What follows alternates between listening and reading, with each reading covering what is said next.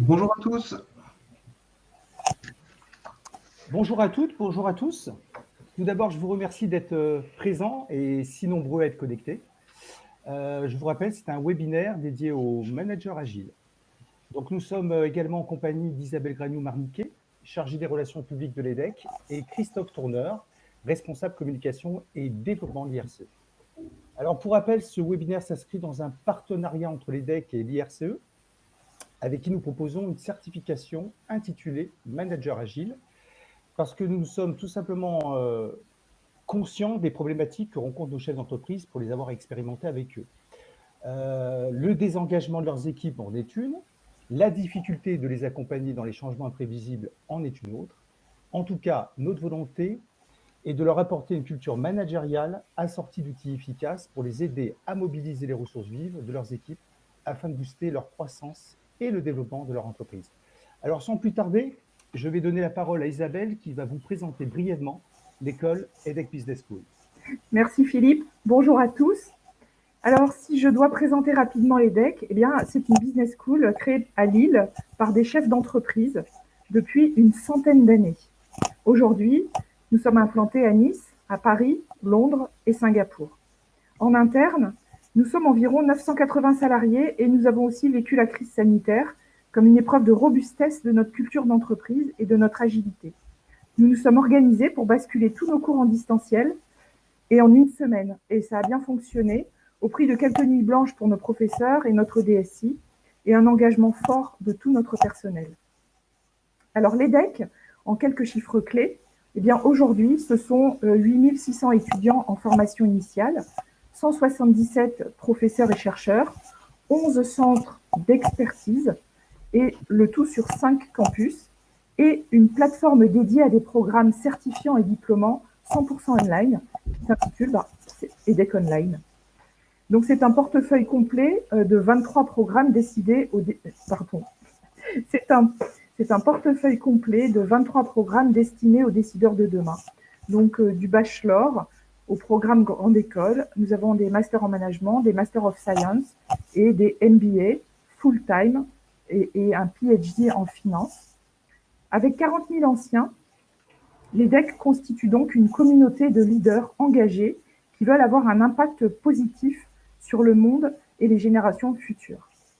À l'EDEC, nous avons aussi un club d'entreprise qui s'intitule EDEC Business Club, qui comprend aujourd'hui 156 entreprises qui recrutent nos étudiants en stage ou en premier emploi. Et les entreprises partenaires sont étroitement associées à la production des contenus académiques. C'est une manière pour mieux comprendre et cibler les besoins des entreprises. Et c'est pourquoi, tout naturellement, nous nous sommes rapprochés de l'IRCE, donc l'Institut régional des chefs d'entreprise, pour signer un partenariat et commencer à co-construire des formations ensemble. Donc, je vais céder la parole à Christophe Tourneur, qui va vous présenter l'IRCE. Merci Isabelle. Bonjour, donc voilà, moi je suis Christophe Tourneur, responsable communication et développement de l'IRCE, l'Institut régional des chefs d'entreprise. Alors c'est quoi l'IRCE? Eh bien, si vous dirigez une entreprise, vous êtes déjà certainement fait cette réflexion, je n'ai pas le temps de me poser. En effet, le temps est certainement la plus grande richesse d'un dirigeant. Et en général, réfléchir à sa stratégie arrive bien loin derrière de multiples préoccupations qui envahissent votre quotidien.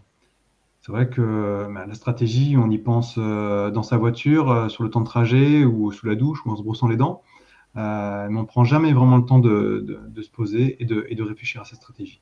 Et quand on a la tête dans le guidon, eh bien, on ne voit pas le mur qui se rapproche.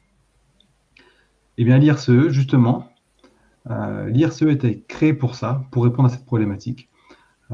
Nous sommes une association, loi 1901, fondée en 1989 à Aix-en-Provence, à l'initiative de chefs d'entreprise, et avec pour l'ambition d'ouvrir une parenthèse stratégique dans le quotidien de ceux qui entreprennent, pour les aider à gagner en agilité et à penser leur entreprise autrement. Parce qu'on est convaincu que dans un environnement complexe et incertain, l'agilité des entrepreneurs conditionne la performance et la pérennité de leur entreprise.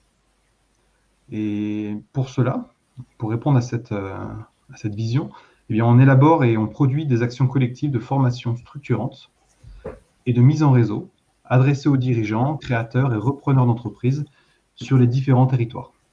Alors, on est à l'origine plutôt ancré en région sud, mais aujourd'hui, on s'ouvre au national avec des formations mixant distanciel et présentiel, voilà, qui sont accessibles partout en France. Et on va d'ailleurs créer une antenne à Paris, là, d'ici peu, dans le courant de l'été. On est présent à tous les stades de la vie de l'entreprise, de la création à la transmission reprise, en passant par les différents leviers de développement comme l'international, la RSE, la transition écologique, la stratégie commerciale, le financement ou encore l'innovation. Et donc, bien, pourquoi ce webinaire aujourd'hui? Parce que l'ADN de l'IRCE et celui de l'EDEC, au plus proche des entreprises, sont très complémentaires. Et donc, on a eu l'idée ensemble de nous associer et d'associer notre regard et notre connaissance spécifique à l'IRCE des dirigeants d'entreprise à l'excellence des équipes pédagogiques de l'EDEC, dont Philippe est d'ailleurs un éminent représentant. Cette association, elle va se concrétiser, comme l'a dit, comme l'a évoqué Isabelle, à la rentrée en octobre, par un module co-construit pour vous aider à gagner en agilité dans votre management. Mais ce module, on en parlera un petit peu plus tard, en fin de webinaire. En attendant, je vais passer la parole à Philippe David Bellardi, qui va d'abord éclairer le sujet par un constat sur le désengagement des équipes, qui est assez préoccupant, n'est-ce pas Philippe?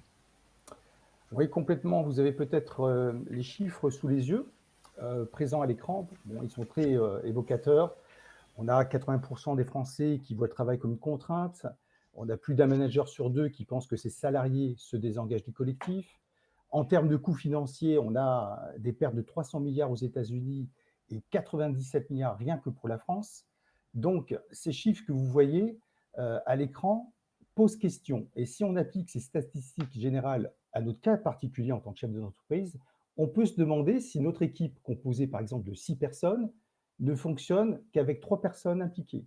Et si ces 3 mêmes personnes engagées ne sont pas en train de justement s'épuiser à cause de ça ou de chercher à partir ailleurs.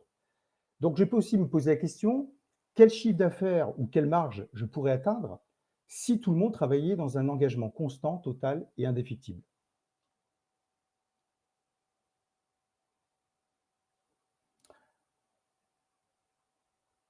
Alors, que dire de ces chiffres aussi alarmants qui posent un problème entre le management et la complexité? On peut se poser la question. Alors, ce que je veux dire et poser comme cadre à notre intervention, quand on parle de management agile, on parle de management d'équipe agile. Donc d'abord, il faudrait peut-être s'entendre sur le terme de management d'équipe, qu'est-ce que c'est? Alors on peut définir le management d'équipe par la double fonction qu'il a et par la double dimension qu'il a. Si on parle de dimension, il a deux dimensions, celle de mobiliser les forces de ses équipes en vue d'atteindre des objectifs, tout en entretenant avec ses équipes un cadre de travail inspirant et motivant. Et la deuxième fonction du management, c'est de résoudre des problèmes. Alors des problèmes qui sont récurrents. Dans ce cas-là, on est plus dans un management dysfonctionnel, mais aussi résoudre des problématiques nouvelles qui émergent de nulle part, qui étaient imprévisibles. Et c'est là où on parle de complexité. La crise sanitaire que nous traversons en ce moment en est la parfaite illustration. D'un coup, on doit travailler en télétravail, gérer du distanciel, du présentiel, avec de nouvelles contraintes, parfois du temps partiel. Tout ça en garantissant la pérennité de l'entreprise, tout en garantissant la survie donc de notre entreprise et la satisfaction de nos clients. Donc c'est dans ce dernier cas que nous sommes dans un contexte dit complexe. Environnement externe et situation interne de l'entreprise changeant et imprévisible. La double dimension du management d'équipe, c'est quoi? Elle est temporelle. Elle est soit proactive, soit réactive. L'une tente de maîtriser son environnement, de l'influencer, de le modifier, voire de le créer de toutes pièces. L'autre tente au contraire de s'y adapter le mieux possible. Donc, s'il y a des engagements dans nos équipes, il est fort à parier que notre management non agile a rendu l'ambiance de travail pesante, a fixé des objectifs trop faciles ou trop difficiles à atteindre, ou des objectifs qui n'ont pas été toujours consultés ou décidés ensemble, ou bien parce qu'on est continuellement dans l'urgence. Cela dit, il y a un niveau qui est très important, qu'on va aborder ensemble pendant ce webinaire, qui surplombe le niveau managérial, et là je m'adresse à vous, chef d'entreprise ou manager, c'est le niveau visionnaire et conceptuel qu'incarne le chef d'entreprise. Pour le dire autrement, quelle vision a-t-il, le chef d'entreprise, de l'avenir de son entreprise? Et quelle perception il a de ses collaborateurs? C'est ce que j'appelle le métacadre. Il faut l'aborder si on veut disposer de leviers pour engager ou réengager ses équipes. Donc, il y a un premier niveau logique que j'appelle le métacadre, qui inclut la vision du chef d'entreprise, ses croyances à l'égard de ses collaborateurs qu'il va manager. Alors, pour entrer dans le concret, les causes du désengagement qu'on cite souvent sont en fait plutôt des effets et non pas les causes profondes qu'on va justement aller chercher ensemble dans ce webinaire. Si on regarde le slide 5, par exemple, du document qu'on vous présente à l'écran, vous allez voir effectivement beaucoup d'effets, d'indicateurs du désengagement qui sont très nombreux, qui sont malheureusement récurrents, mais qui sont pour moi des effets, mais en même temps des leviers d'action. Alors, vous avez le manque de reconnaissance, la mauvaise ambiance de travail, etc., etc. Mais on pourrait presque résumer tous ces indicateurs, et ils sont très nombreux, vous pouvez le voir, par finalement la perte de sens.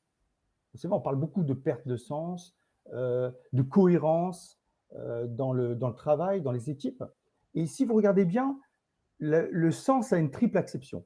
On peut définir le sens par la sensation, la signification et la direction. Donc, si on transpose ces trois termes en management, il y a dans le manque de sens, dans la perte de sens, une perte de plaisir, une perte d'utilité et une perte de finalité dans ce qu'on fait. Donc, tous ces indicateurs sont pour moi l'opportunité d'aller creuser un peu plus en profondeur ce problème du désengagement et d'aller interroger le métacadre qui induit tous les leviers du management agile. Donc, à ce sujet, je sais que ce n'est pas aisé de le dire, mais le premier réflexe qu'il faut adopter face au désengagement, c'est de ne pas se défausser quant à sa responsabilité de manager, mais avoir l'audace de se remettre en question et de se dire finalement, j'ai droit à l'erreur, je m'autorise à me remettre en question, sachant que le droit à l'erreur et la remise en question sont les deux moteurs de l'apprentissage et du progrès. Donc, le premier levier du management agile, c'est une prise de conscience. Quelle est ma vision? Quelle est ma conception de l'humain au travail, finalement? Comment je perçois mes collaborateurs dans leur rapport intime au travail?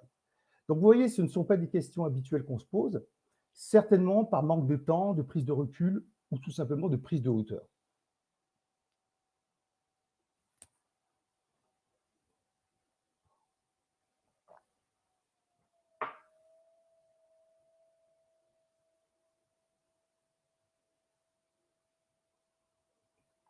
Alors, une question qu'on peut se poser. Philippe, je te posais une question, mais Ouais. on ne m'a pas entendu parce que j'avais le micro coupé. Ah, d'accord. Ça arrive. Tu parlais d'une certaine idée, d'une certaine conception de l'humain au travail, donc une certaine façon de voir ses collaborateurs et de tisser avec eux un certain type de relation? Oui.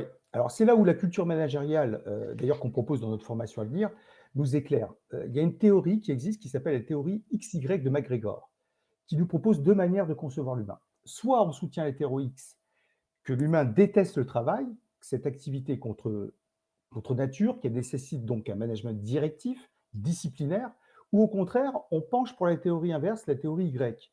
L'humain a besoin de travailler pour s'accomplir.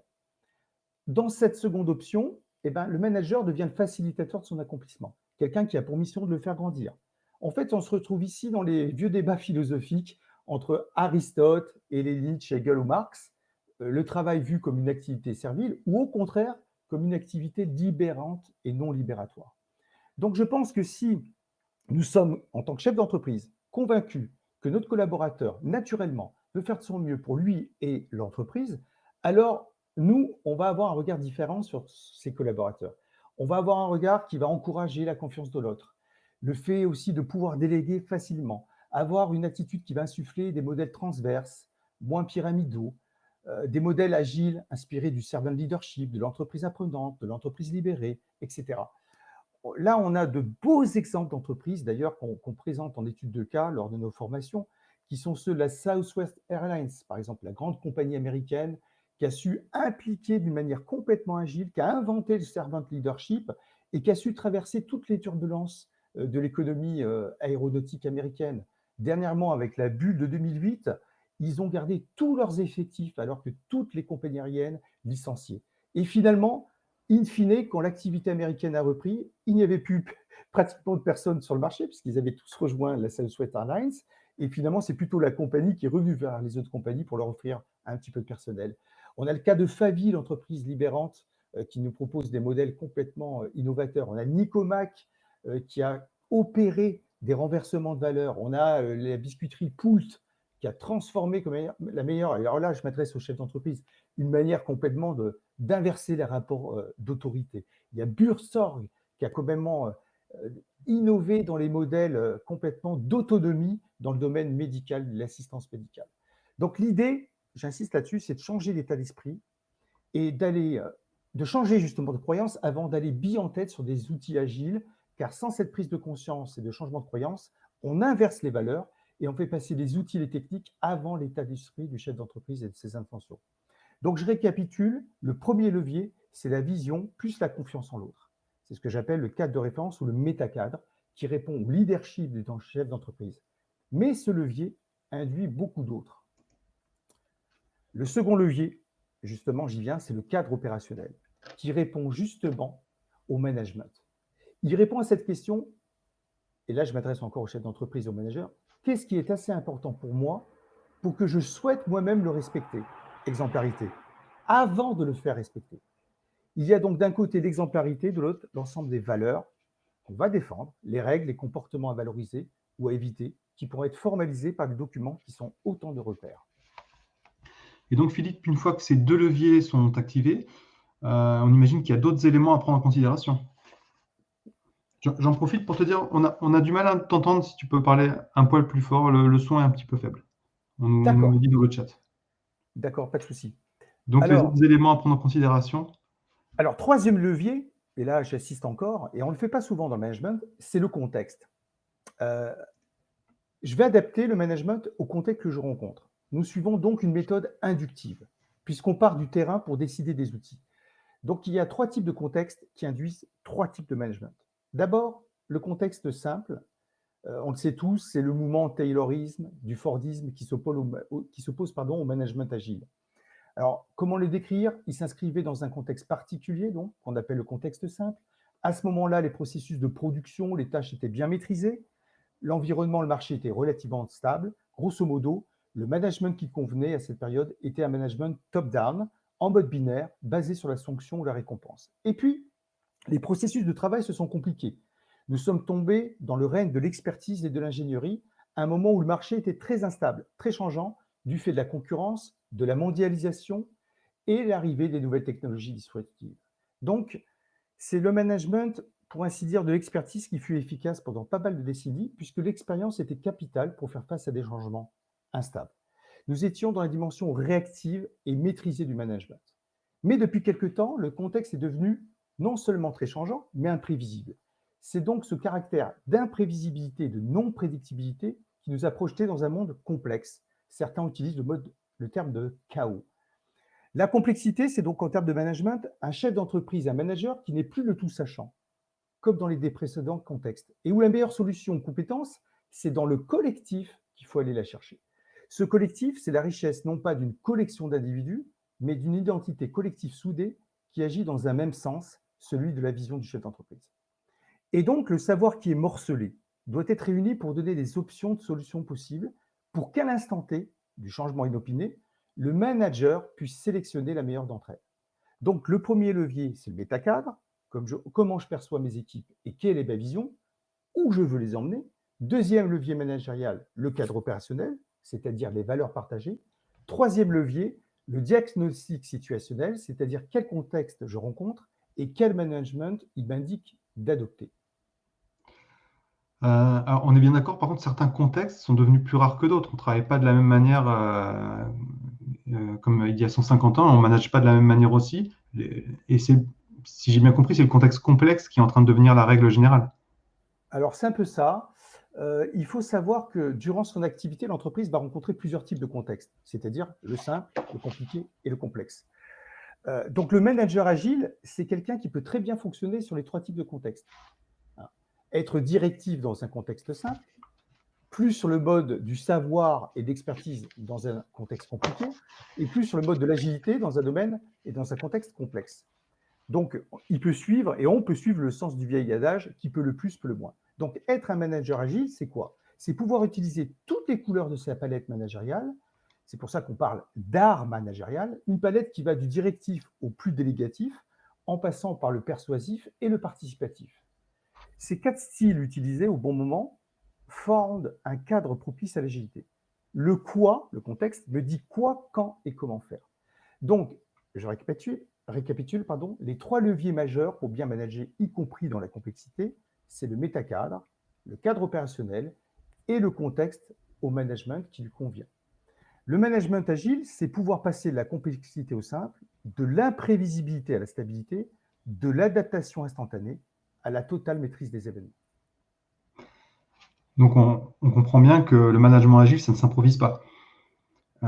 Est-ce que tu peux nous en dire plus sur les prérequis? Alors, c'est une très bonne question, Christophe, parce qu'on ne peut pas se jeter comme ça. J'ai vu beaucoup d'entreprises se jeter ou des équipes dans le management agile et ça n'a pas du tout fonctionné, ça a même capoté. Quand on parle de contexte, on parle d'environnement externe, on est bien d'accord à l'entreprise, mais on parle aussi de situation interne à l'entreprise. Donc, concernant les prérequis, il faut d'abord s'interroger sur la maturité de ces équipes. À partir du moment où ils ont atteint un certain degré satisfaisant de maturité, qui se mesure en fonction de la conscience professionnelle et de leurs compétences opérationnelles, alors j'obtiens le feu vert pour m'acheminer vers les pratiques dites de management agile. Parce que les équipes sont capables de devenir agiles. Après, la maturité de mes équipes, c'est aussi leur mindset qui doit leur faire dire « seul, je vais plus vite, mais peut-être dans la mauvaise direction ». À plusieurs, je peux aussi aller vite et surtout plus loin dans la bonne direction. Donc, c'est le principe de l'intelligence collective. Ensuite, exemplarité oblige, le chef d'entreprise doit être dans le même état d'esprit. Il sait que ses équipes ont le potentiel pour individuellement et collectivement s'organiser, mobiliser leur intelligence et pour produire surtout des solutions. On le sait, depuis Herbert Simon et son concept de rationalité limitée, la solution optimale qu'on recherche tout le temps est trop coûteuse. Il faut trouver une solution satisfaisante, élégante, c'est ce qu'on appelle le moindre effort pour le maximum de résultats. Sachant que cette solution va émerger d'une intelligence collective et non de quelques personnes qui ont souvent pris trop d'influence sur le chef d'entreprise. Oui, c'est bien ça. Donc, le contexte induit le management opérationnel. Et dans le cas de la complexité, le manager agile agit sur des leviers comme l'intelligence collective. Exactement. Une fois qu'on a posé le bêta-cadre, vision claire plus conception positive de ses équipes, on interroge le second levier qui est le cadre opérationnel. Puis on interroge le troisième levier, le contexte. Puis j'agis sur les leviers suivants, supérieurs au contexte, à savoir l'équipe, moi-même en tant que manager, et enfin l'intelligence collective. Puisque je le rappelle, l'expérience du manager ne suffit plus. Ces niveaux superposés que je viens d'indiquer fonctionnent exactement comme la pyramide des besoins de Maslow. Chaque niveau inférieur doit être atteint pour alimenter le supérieur. Un manager directif ne peut pas faire de l'intelligence collective s'il est toujours dans sa directivité. Donc, vous voyez, dans le cadre de l'intelligence collective, il faut convoquer tous les niveaux de compétences pour les mettre dans des conditions de réflexion qui vont favoriser l'émergence d'idées et non de polémiques. Donc, 4 niveaux d'intervention qui sont le contexte, l'équipe, le manager, avec un détour sur les compétences du manager digital et l'intelligence collective.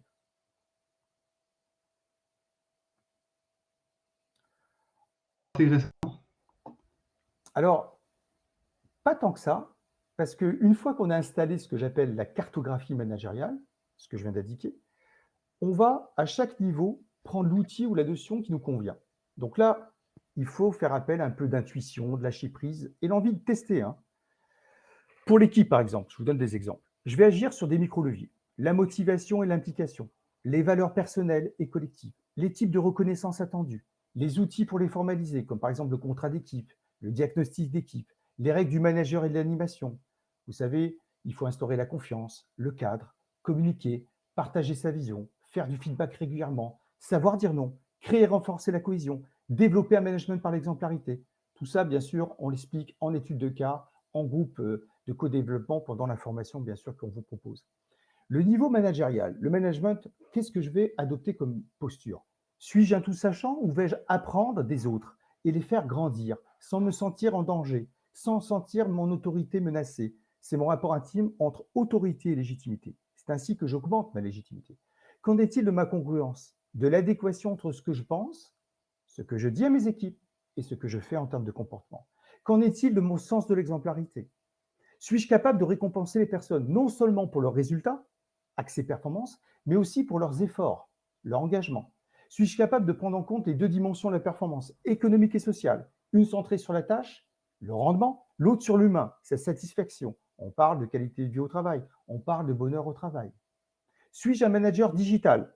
On a vu l'explosion du télétravail dans les métiers utilisateurs de bureau. Et plusieurs leviers sont possibles pour développer mon agilité digitale. 3 questions à laquelle je dois répondre en tant que chef d'entreprise.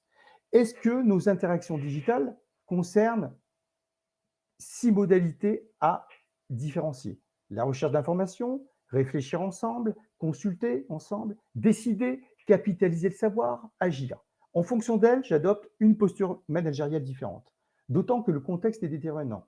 Le contexte simple est dédié au style informatif, un contexte compliqué au style d'expertise et le contexte complexe m'incite à adopter un style interactif. Est-ce qu'en amont de ma transformation digitale, j'ai surmonté toutes mes peurs, toutes légitimes, liées au digital? La peur de perdre le contrôle sur l'information, de perdre du pouvoir sur mes équipes, d'être dépassé par l'aspect technique des outils, ou la peur de répandre des mauvaises informations incertaines. Dans le cas d'un virage digital, comment vais-je accompagner ce changement digital? Et là, on propose des modèles de changement tels que celui de Kurt Lewin ou de Kübler-Ross. Concernant le niveau d'intervention qu'est l'intelligence collective, je dois aussi me poser des questions sur mes intentions. Ai-je envie de donner des moyens à mon équipe pour qu'elle performe? Parce qu'on somme toujours les personnes d'avoir des résultats, de performer, mais est-ce qu'on leur donne les moyens d'y parvenir? Des moyens humains, matériels, éthiques, financiers, en termes de ressources humaines? Est-ce qu'on leur donne le droit de trouver des solutions par eux-mêmes pour les appliquer comme ils le souhaitent? Dans ce cas-là, le levier, c'est l'autonomie, ce qu'on appelle en psychologie la latitude décisionnelle, afin qu'ils prennent les bonnes décisions pour améliorer leur activité de travail. Tout cela parce que je crois un peu à la devise de Jean-François Zobrist, c'est celui qui fait qui sait. Et ici, on rejoint la maturité de nos collaborateurs. Autre levier, est-ce que je sais animer une séance d'intelligence collective où l'on vient avec des questions plutôt que des réponses pour que certaines bonnes idées puissent émerger? Suis-je convaincu des bienfaits de l'intelligence collective qui produit un surplus d'intelligence? 1 + 1 = 3 et non 2. Est-ce que je crois aux vertus du travail dans l'ouverture de conscience, sans autocensure, avec le droit à l'erreur, avec une recherche des complémentarités, parce que la différence vaut plus que la similarité? On peut être différent, mais partager le même cadre. Est-ce que je promets une culture du changement en expliquant à mes équipes sa conduite et en utilisant un leadership tantôt directif, tantôt inclusif? C'est ce mix de leadership qui donne à la fois un cadre et une direction qui crée de la cohésion et de la cohérence.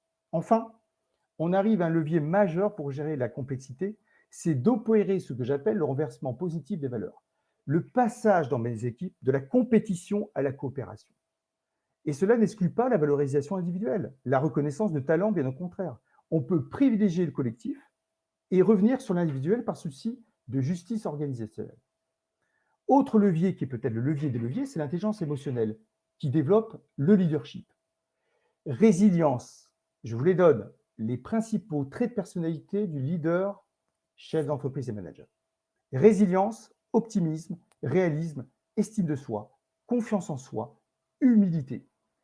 Certains traits émotionnels sont à développer, je viens de les indiquer, puisqu'on sait depuis Causey et Posner que le leader, c'est comment tracer la voie, avoir des valeurs nobles, partagées et une vision inspirante, qui résiste aux moments de flottement comme l'imprévisibilité. L'estime de soi conditionne la confiance en soi et l'optimisme, si bien qu'une crise peut être vue non comme un danger, mais comme une opportunité.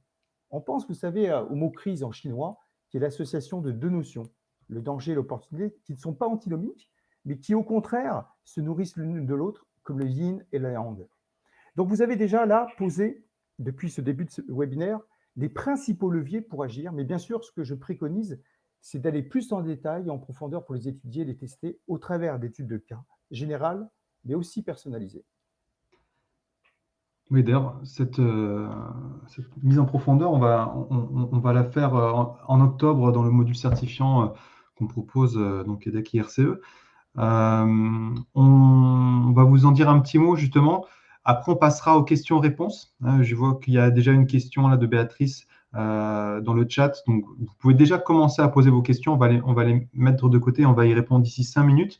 Le temps peut-être de présenter un petit peu plus en profondeur le module qu'on vous propose. Merci Philippe pour ces premiers leviers. Donc, dans ce module, les apprenants bénéficient d'une étude de cas personnalisée, un focus sur leurs problèmes professionnels et personnels, c'est ça, hein? Complètement. Ce qu'on propose dans notre formation, c'est d'abord des classes virtuelles dans lesquelles on constitue des groupes de chefs d'entreprise, 4-5 équipes de 5 chefs d'entreprise. Et on travaille vraiment en co-développement et en intelligence collective. Ils viennent avec une problématique réelle et vécue dans leur entreprise qu'on va travailler par groupe de 5. Donc, en fait, en parallèle du cours et des outils que propose le cours, on va les appliquer à leurs propres problématiques. Et on va travailler et constituer des outils sur mesure. C'est ce qu'on a déjà fait d'ailleurs dans la première certification.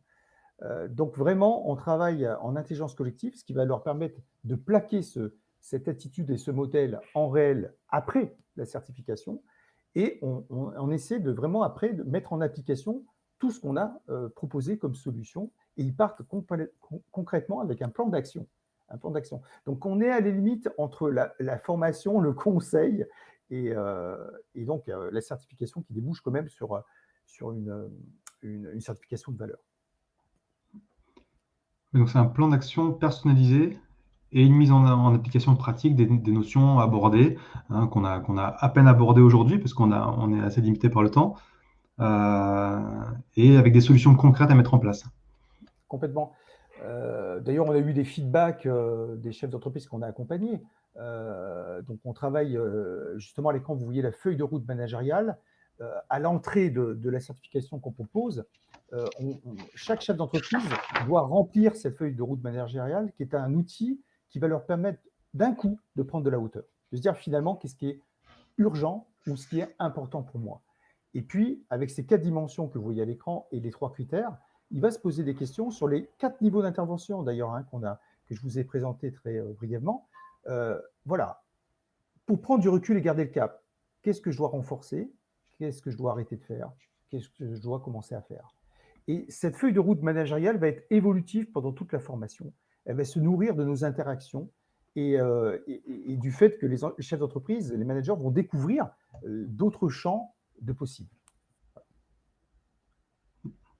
Voilà, Christophe. Donc ça, c'est un outil qui est très, très important.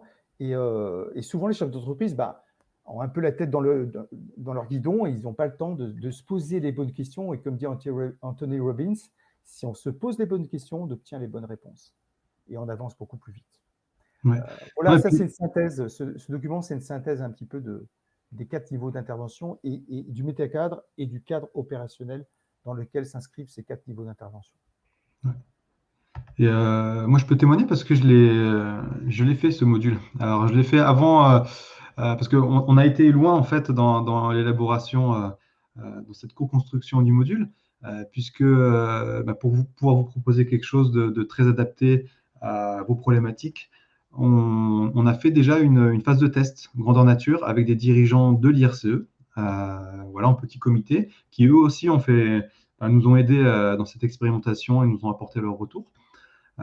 Et puis, voilà, moi, j'ai voulu le suivre aussi en tant que participant. Et donc, je peux vous dire que j'ai été vraiment emballé par les outils de l'EDEC, déjà, hein, en suivant cette certification. Comme un étudiant de l'EDEC qui fait son master, mais voilà, en version plus courte, resserrée et professionnelle, vous allez pouvoir utiliser tous les outils technologiques de l'EDEC. Donc, on a plusieurs séquences, des modules e-learning que vous pouvez faire en fait quand vous voulez, avec des articles à lire, des vidéos, des quiz. Et puis, ces séquences pédagogiques, elles sont ponctuées par des cours virtuels. Des cours virtuels donc en synchronisé, donc on se retrouve, le groupe de participants. Et c'est là aussi qu'on essaie d'apporter notre patte à l'IRCE, c'est qu'on va travailler en intelligence collective et on va travailler vraiment sur vos cas concrets et avancer par groupe de 2 ou 3 ou par effet miroir, chacun va aider l'autre. Donc c'est très complémentaire. Il y a à la fois de la synchrone pour travailler quand vous voulez, et puis à la fois des rendez-vous pour s'appuyer sur l'intelligence collective, avancer ensemble. Peut-être dire quelques mots très concret, très terre à terre, mais sur les modalités. La date de rentrée, donc le démarrage du module, a priori, ce serait le 11 octobre, donc mi-octobre. sur un volume d'heures de 35 heures réparties sur 10 semaines. Donc, je pense assez adapté, on l'a fait comme ça, assez adapté à la vie d'un dirigeant d'entreprise ou d'un manager.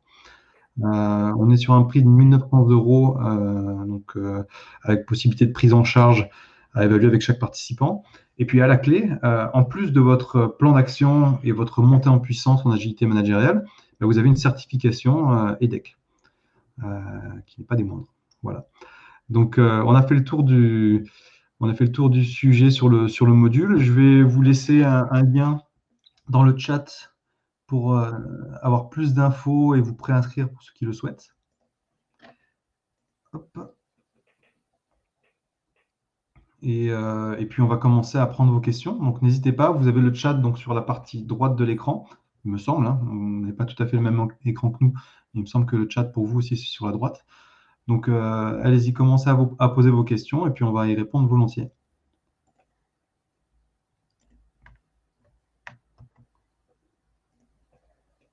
Alors, je peux peut-être aussi répondre, Christophe, comme ça, au fil de l'eau. Alors, bien sûr, l'information est adaptée à des directeurs de TPE, de PME et de grandes entreprises. D'ailleurs, les grandes entreprises peuvent apprendre beaucoup des petites et aussi inversement, d'ailleurs. Donc ça, c'est la première chose. Le CPF, alors on est en train de voir, mais ce n'est pas sûr. Par contre, il y aura une possibilité de passer par les OPCO.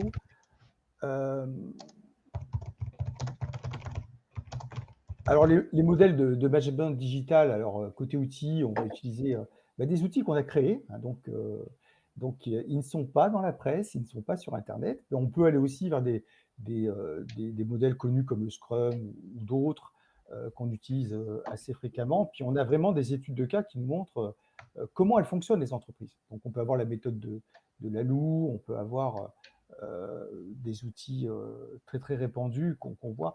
Mais justement, on ne perçoit pas la formation comme un tuto où on va aller vite dans des outils comme ça à manier step by step. Au contraire, on va d'abord s'approprier d'un état d'esprit, de connaissances, ça c'est important. Et du coup, on s'empare des outils connus d'une autre manière. Alors, j'ai plusieurs personnes qui m'ont demandé, pouvez-vous remettre la diapo précédente? Donc, ça y est, ça je le mets à cadre, j'espère que vous voyez bien. On a une personne qui me demande, est-ce que le module est adapté à des directeurs ou managers de grandes entreprises ou cela s'adresse-t-il vraiment à un dirigeant d'entreprise? Alors, c'est quand même un module de management. Donc, c'est vrai que nous, notre public habituel à lire c'est le dirigeant d'entreprise, mais ce module, en l'occurrence, il s'adresse à toute personne qui manage. Alors, sachant que, tu me contredis si je dis une bêtise, Philippe, mais il ne s'agit pas d'apprendre forcément manager 2000 personnes, c'est plutôt des petites équipes, mais en même temps, quand on manage 2000 personnes, on a en niveau N-1 une petite équipe de cadres sous soi. Donc ça, Philippe, tu confirmes? Oui, complètement. C'est vrai que la cible, elle pourrait être un peu les TPE et les PME, mais peut-être qu'on peut aussi étudier le profil de grands patrons d'entreprise. Hein. Voilà, je pense que ça pourrait être intéressant. Alors, il y a Pascal qui nous demande, ça c'est peut-être une question à laquelle je peux lui répondre directement, serait-il pertinent de proposer cette formation à l'intégralité du comité de direction et pas seulement au chef d'entreprise, ou vaut-il mieux mélanger différentes entreprises?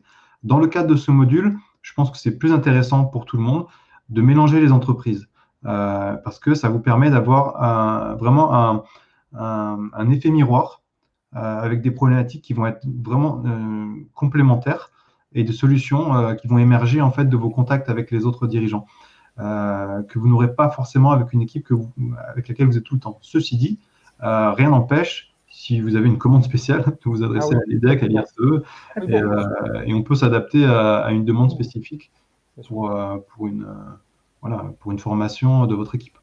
À l'EDEC, on a des formations intra, il n'y a pas de souci, c'est tout à fait possible. Alors, il y a le financement CPF qui revient sur le tapis. En fait, Philippe y a déjà répondu. Financement CPF, je ne pense pas que ça sera disponible. On est en train d'y travailler, mais je ne pense pas que ce sera disponible. Par contre, financement OPCO, oui.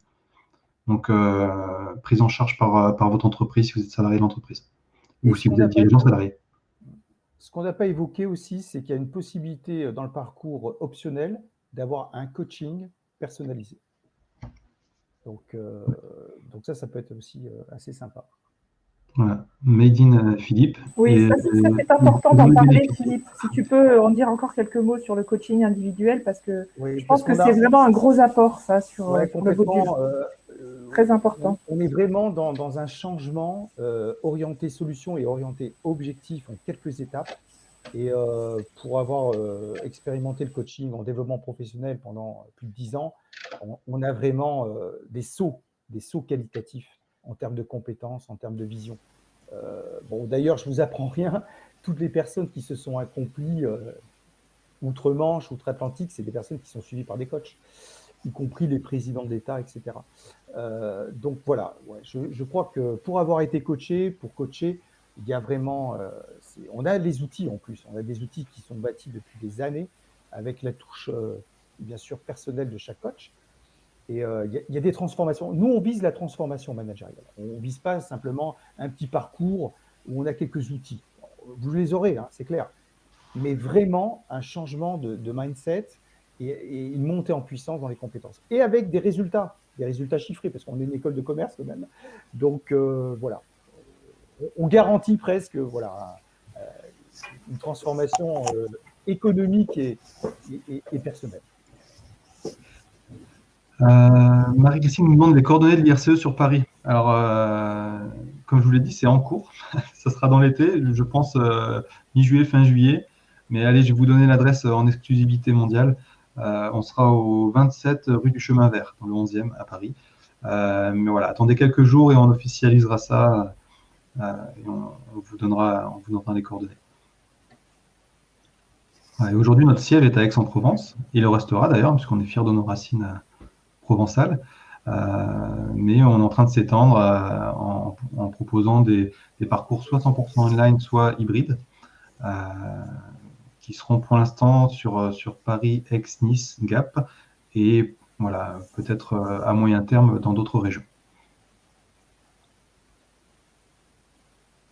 Est-ce qu'il y a d'autres questions? Je ne sais pas. Alors, comme je chattais à certains moments, j'ai peut-être pas suivi. Tu as bien répondu, Philippe, à la question, la première question de Béatrice. Quels sont les modèles pour le management digital? Oui. Ce que je disais, c'est qu'on en crée. Et bien sûr, on peut aller sur les matrices habituelles, telles que le Scrum, qui est un peu plus la plus connue. Mais grâce à nos co-développements, tu peux en témoigner, Christophe, on a des outils qui dépassent, c'est un peu prétentieux, hein, mais qui dépassent des outils qui ont 20 ans d'existence et qu'on découvre à peine maintenant en disant « Waouh, Eureka !» Donc non, je pense que voilà. Mais par contre, je ne vous en parle pas ici parce qu'il faut les découvrir avec nous. Très bien, je vois qu'apparemment il n'y a pas d'autres questions. Si vous voulez poser une autre question, c'est maintenant. Sinon, écoutez, on donne rendez-vous à ceux qui sont intéressés très bientôt pour le module. N'hésitez pas à aller voir sur le site de l'IRCE. Je vous recopie l'adresse ici dans le chat. Tac. Le support sera téléchargeable, donc le support que Philippe a déroulé tout au long du webinaire sera téléchargeable. Et le replay aussi sera visible. En fait, le Webikio va vous l'envoyer automatiquement. Donc, vous aurez tous ces éléments. Et puis, on se donne rendez-vous pour un prochain webinaire de l'IRCE. Le prochain, c'est le 7 juillet sur le restructuring et l'anticipation des risques d'entreprise. On a une dernière question, Christophe, sur combien de personnes par promotion? Alors, on va limiter à 20. On sera entre 15 et 20, je pense. Ouais. Donc, voilà, on recherche aussi la qualité de cohorte en termes d'effectifs. Ouais. C'est vraiment de la formation rapprochée. Voilà, merci Isabelle. Merci beaucoup. Merci pour votre beaucoup. écoute. Merci Isabelle et Christophe. Et au plaisir. Au revoir. À très bientôt. Au revoir. Au revoir. Au revoir. Oups. Au revoir. Bientôt.